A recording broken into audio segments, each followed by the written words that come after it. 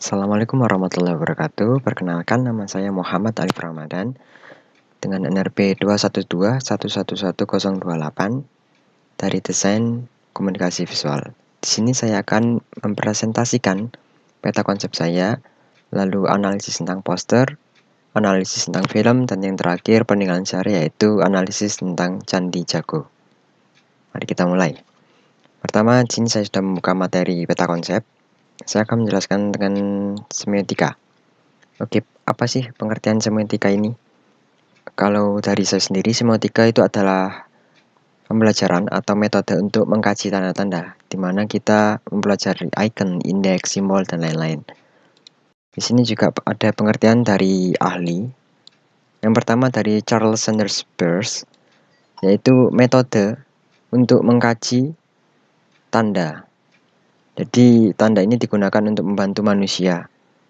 Kalau dari Ferdinand de Saussure, merupakan tanda-tanda untuk kehidupan sosial. Jadi digunakan untuk kehidupan sosial. Lalu ada teori komunikasi di sini.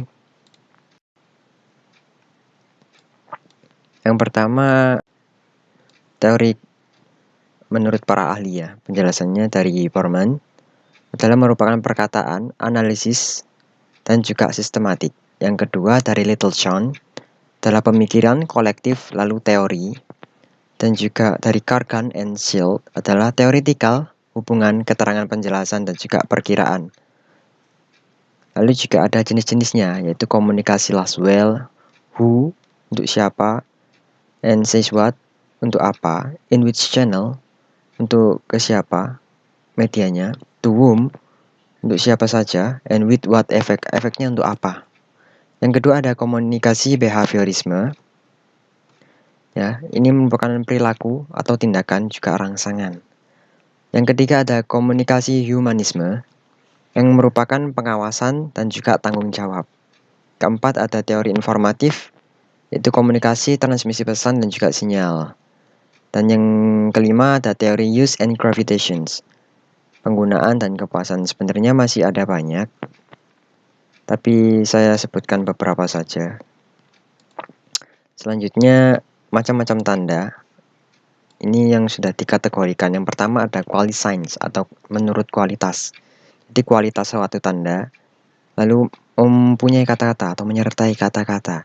Jadi jika saya marah, maka kata yang saya keluarkan berarti harusnya kasar. Kalau saya berbicara pada orang lebih tua berarti lembut. Yang kedua sin sign atau eksistensi dan akualitas. Di waktu ada banjir, jadi penjelasannya ada ya. Terus yang ketiga ada legislations, legislatif ya, lebih ke arah pemerintahan, perintah berarti dan norma. Dilarang merokok, dilarang membuang sampah di sini, seperti itu. Lalu ada icon. Nah, icon ini adalah tanda yang menyerupai bentuk aslinya. Misalnya ada bentuk peta tapi lebih disimpelin lagi, outline-nya aja yang digambar sederhana dan memiliki hubungan. Yang kedua ada indeks. Ini yang berdasarkan objek ya. Yang kedua ada indeks, kasual, dan memiliki sebab akibat. Seperti kalau ada api berarti ada asap. Kalau mendung berarti tandanya mau hujan. Gitu. Yang ketiga simbol atau kesepakatan acuan. Simbol ini disetujui orang banyak, seperti kalau lampu merah berarti tandanya berhenti, lampu hijau berarti tandanya jalan, lampu kuning berhati-hati, dan masih banyak lagi. Lalu yang selanjutnya berdasarkan interpretan. Di sini ada reme atau tafsiran, maknanya berbeda. Jadi mata merah itu nggak cuman mengantuk, bisa aja baru bangun tidur, bisa saja sakit mata, dan lain-lain. Yang kedua ada deception sign atau disease sign, menyatakan kenyataan atau fakta. Jadi kalau jalannya rawan kecelakaan berarti harus dipasang rambu atau peringatan. Lalu yang ketiga ada argumen atau alasan. Kalau jangan merokok di SPBU karena mudah terbakar. Gunakanlah jas hujan karena hujan. Seperti itu ya. Lalu manfaat-manfaat dari pembelajaran semiotika ini adalah paham akan tanda dan juga memantapkan ilmuwan tentang mempelajari tanda. Jadi bagi teman-teman yang ingin mempelajari icon, indeks, dan simbol, perlu pelajaran semiotika ini. Kita lanjut ke materi selanjutnya. Oke, yang selanjutnya adalah analisis semiotika pragmatisme melalui media iklan cetak ya. Langsung kita akan masuk ke isinya, yaitu tentang ini poster Stop Bombing Us. Apa sih maksud poster ini gitu? Jadi yang melatar belakang poster ini adalah masalah yang ditimbulkan oleh sampah botol plastik ini ya, yang menumpuk mengakibatkan polusi lingkungan dan berakibat buruk bagi seluruh makhluk. Jadi poster ini bertujuan untuk mengingatkan manusia agar tidak membuang sampah sembarangan dan juga meletakkan pada sampah yang disediakan ya, menjaga alam. Poster ini menjelaskan tentang keinginan pembuat untuk tidak membuang sampah sembarangan. Dapat dilihat dari jenis point of view berupa botol plastik yang menggambarkan sampah. Ya, berarti ini simbolnya ini botol plastik ini sebagai simbol, dan juga kata-kata don't bombing us atau jangan mengebom kita, yang merujuk pada penyebaran dan perusakan terhadap alam. Jadi kata-kata stop bombing us ini untuk alam. Yang kedua, langsung kita masuk ke pembahasan dari tanda verbal, yaitu headline-nya atau judulnya Stop Bombing Us. Untuk body copy-nya yang di bawah ini, every year 1.5 million birds, fish and turtles die from plastic debris in the sea, yang artinya setiap tahun 1,5 juta burung, ikan, kura-kura meninggal karena puing-puing sampah ini. Disponsori oleh Greenpeace di sini. Terlihat ya. Terus kita masuk ke tanda visual. Yang pertama botol. Dalam poster ini botol digambarkan sedang jatuh dari dek pesawat. Jadi ini adalah dek pesawat yang terbuka ke bawah dan diibaratkan seperti bom nuklir. Ya, dikarenakan efek dari botol ini, lebih tepatnya sampah plastik ini merusak, mencemari lingkungan ya, hampir sama seperti bom. Dalam skala luas atau dalam kurun waktu yang lama, sampah ini nggak akan terurai karena susah banget dan efeknya negatif. Terus kenapa harus diumpamakan sebagai bom? Dikarenakan bom adalah alat pemusnah massal paling berbahaya bagi umat manusia untuk saat ini dan dapat mempengaruhi keberlangsungan hidup orang banyak. Nggak hanya orang, makhluk di bumi pun bakal kerepotan kalau plastik numpuk ya. Yang kedua ada pesawat Jepang. Jadi ini ada dek pesawat. Pesawatnya pesawat Jepang. Kenapa pesawat Jepang? Karena di sini kelihatan ini tulisan dari Jepang. Kenapa harus Jepang ya? Jepang ini digunakan sebagai negara yang melakukan pengeboman botol plastik dalam poster tersebut karena mengacu kepada film Pearl Harbor, itu menurut saya, yang berletak di pantai Hawaii pada akhir Perang Dunia Ketiga dan mengakibatkan ribuan nyawa melayang di sini. Yang ketiga ada background pantai. Kenapa? Karena pantai ini bertemunya daratan dan laut. Jadi pantai lebih banyak berpengaruh terhadap ekosistem makhluk darat dan laut. Jadi seluruh ekosistem ya. Lalu tipografinya dapat kita lihat di sini, fontnya tebal, menunjukkan berarti peringatan, mempertegas gitu. Lalu dapat disimpulkan tanda verbal headline, body copy, sponsor, dan tanda visual yang termasuk komposisi, tipografi, simbol, dan lain-lain dengan iklanan layan masyarakat ini, iklan cetaknya, dapat kita simpulkan bersifat komunikatif dan memiliki makna konotasi. Melalui desain poster pembentuk iklan masyarakat ini, pesan verbal dan pesan visual dapat memiliki makna yang dimana jangan membuang sampah sembarangan. Seperti itu. Oke, langsung kita lanjut ke materi yang selanjutnya. Selanjutnya adalah analisis film, Coin Operate. Film ini adalah serangkaian cerita. Jadi film itu apa? Film ini adalah serangkaian citra fotografi yang mengakibatkan adanya ilusi gerak dan tindakan dalam kehidupan nyata. Secara harfiahnya, film itu sinematografi yang berasal dari sinema dan phytos, cahaya, grafi, graf, tulisan atau citra. Jadi pengertiannya adalah melukis gerak dengan cahaya. Itu film. Selain memberikan hiburan, film ini juga bisa menyampaikan pesan.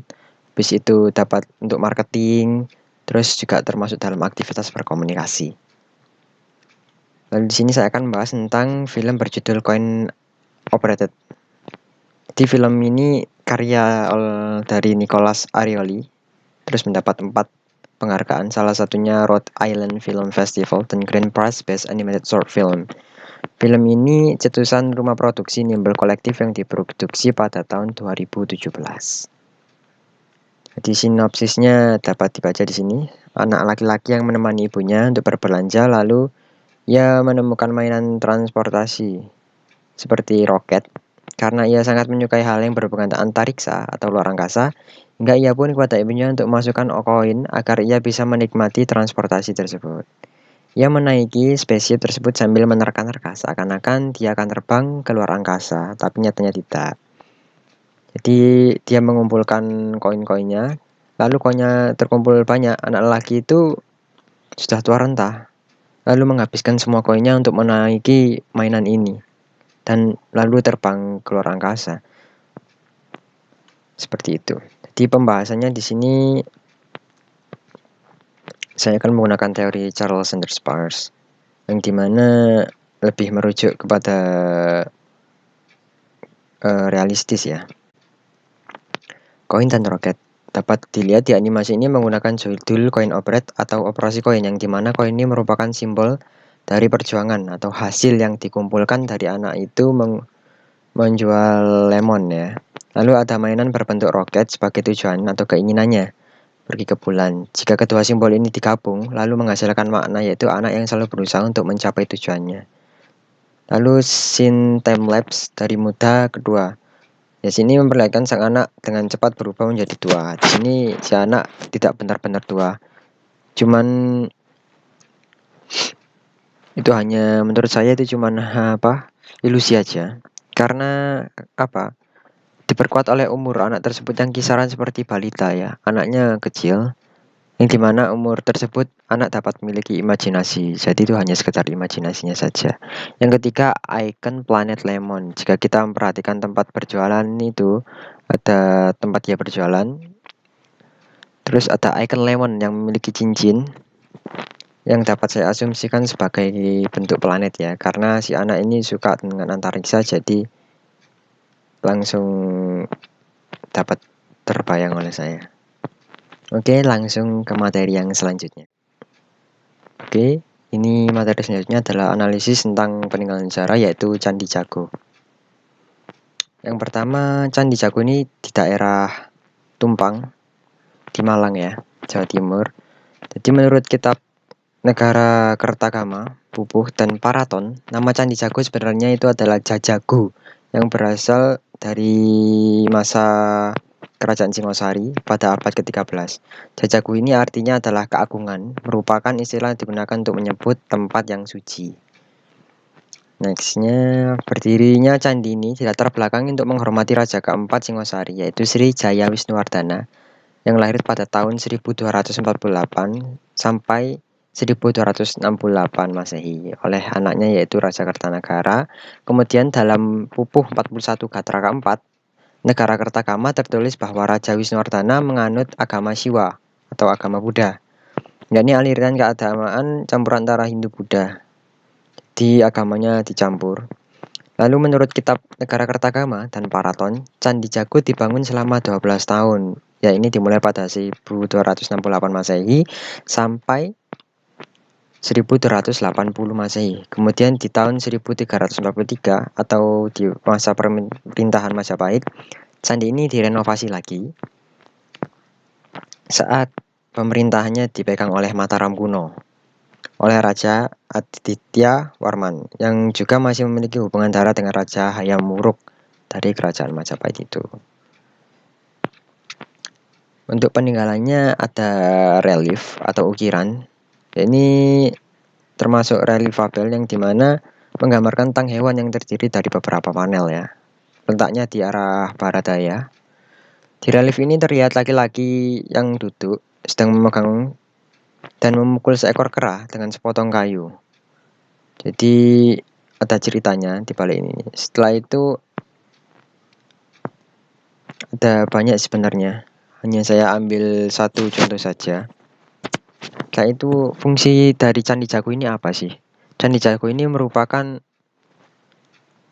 tempat untuk penguburan ya, atau tempat makam sebagai Abu Raja Wisnuwardana dan juga sebagai tempat penghormatan untuk mendewakan Raja Wisnuwardana sebagai tokoh Buddha Amoghavasa.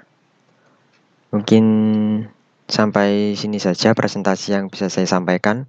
Mohon maaf jika banyak salah-salah kata dalam pengucapan juga atau dalam presentasi. Terima kasih sudah menyimak dengan seksama. Wassalamualaikum warahmatullahi wabarakatuh.